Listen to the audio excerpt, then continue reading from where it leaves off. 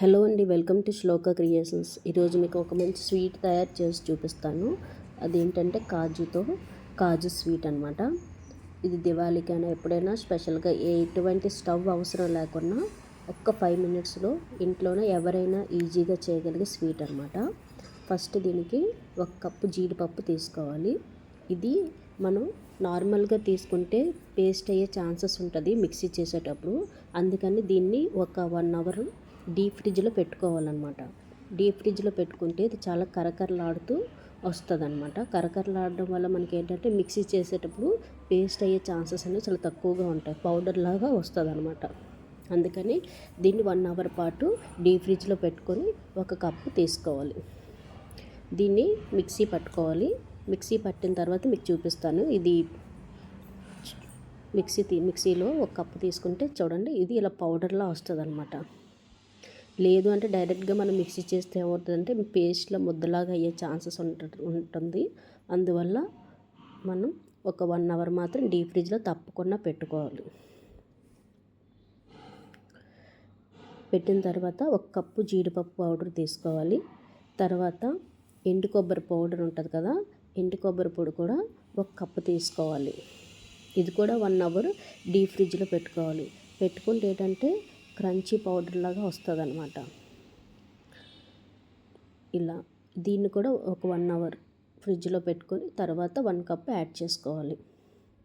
కాజు పౌడర్లో ఒక 1 కప్ కాజు powder, 1 cup ఎండు కొబ్బరి పౌడర్, రెండు కూడా మిక్స్ చేసుకోవాలి. బాగా మిక్స్ చేసుకున్న తర్వాత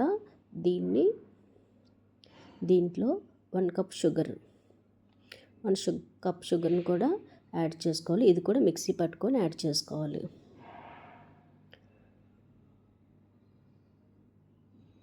ఇలా మిక్సీ పట్టుకొని యాడ్ చేసుకోవాలి. దీన్ని కూడా యాడ్ చేసిన తర్వాత ఈ మూడింటిని కూడా చాలా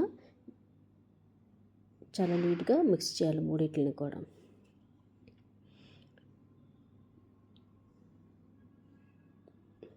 ఇలా మూడింటిని మిక్స్ చేసిన తర్వాత దీంట్లో మనం కొంచెం పాలు యాడ్ చేసుకుంటూ ఈ మిశ్రమాన్ని మన చపాతీ ముద్దలాగా తయారు చేసుకోవాలి. కొంచెం పాలు అయితే సరిపోతాయి, మరీ ఎక్కువగా యాడ్ చేయాల్సిన అవసరం ఉండదు. 1 స్పూన్ 2 స్పూన్లు యాడ్ చేస్తే సరిపోతుంది అన్నమాట. ఇలా కొంచెం చూసుకుంటూ కలుపుకోవాలి. ఇలా కలుపుకుంటూ కొంచెం మనం టేస్ట్కి మన ఇంట్లో ఆవు నెయ్యి, గేదె నెయ్యి కానీ ఆవు నెయ్యి కానీ ఏదైనా గీ ఉంటే అది ఒక 2 టేబుల్ స్పూన్స్ యాడ్ చేసుకోవాలి.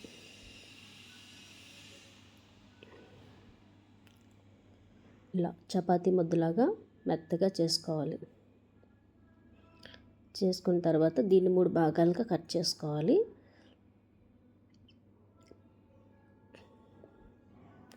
చూస్తున్నారు కదా, చపాతీ ముద్దలాగా అయిపోయింది నాది. ఇలా కట్ చేసుకున్న తర్వాత 3 పార్ట్స్ కింద కట్ చేసుకున్నాను. ఇలా కట్ చేసుకున్న తర్వాత దీంట్లోకి మనం ఫుడ్ కలర్స్ ఉంటాయి కదా, మీకు నచ్చిన కలర్స్ని యాడ్ చేసుకోవచ్చు. రెడ్, గ్రీన్, ఆరెంజ్ ఏవైనా కలర్స్ యాడ్ చేసుకోవచ్చు. ఇలా చేశాక ఒక్కొక్కటి కలుపుకోవాలి, బాగా మిక్స్ చేయాలి, కలర్ పట్టాలి కదా, అందుకని. తర్వాత ఇవన్నీ కూడా కట్ చేసుకోవాలి చిన్న ముక్కలుగా. తర్వాత దీన్ని ఒక కలర్ లోపల తర్వాత ఒక లేయర్ అలా పెట్టి రౌండ్ బాల్స్ లాగా చేసుకోవాలి. ఇలా చేసి తర్వాత నైఫ్తో ఇలా మనకి ఎన్ని పార్ట్స్ కింద డివైడ్ చేయాలనుకుంటే అన్ని పార్ట్స్ కింద ఫ్లవర్స్లా కట్ చేసుకుంటే యమ్మీ కాజు స్వీట్ అనేది రెడీ అయిపోతుంది. ఇలా నేను తయారు చేసుకున్నవన్నీ కూడా బాల్స్ అన్నీ కూడా ఇలా నైఫ్తో కట్ చేసుకొని ఫ్లవర్స్ లాగా డిజైన్ చేసుకుంటూ గార్నిష్ చేసుకుంటే కాజు స్వీట్ అనేది దివాళీ స్పెషల్ స్వీట్ కాదు. ఎప్పుడైనా స్టవ్ అవసరం లేకుండా ఒక 5 మినిట్స్లో మీ ఇంట్లోనే ఎవరైనా గెస్ట్ వచ్చేటప్పుడు ఒక 5 మినిట్స్ ఏదైనా స్వీట్ చేయాలంటే ఇలా చేయొచ్చు. ఒకసారి మీరు కూడా ఇంట్లో ట్రై చేసి చూడండి, చాలా ఈజీ, ఎవరైనా చేయగలిగే స్వీట్ ఇది. ఇలా నేను తయారు చేసుకున్న బాల్స్ అన్నీ కూడా కట్ చేసుకొని ఇలా ఫ్లవర్స్ లాగా డిజైన్ చేసుకొని సర్వ్ చేసుకున్నాను.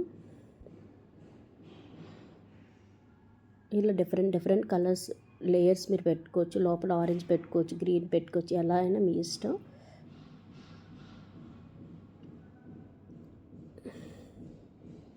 Thank you so much.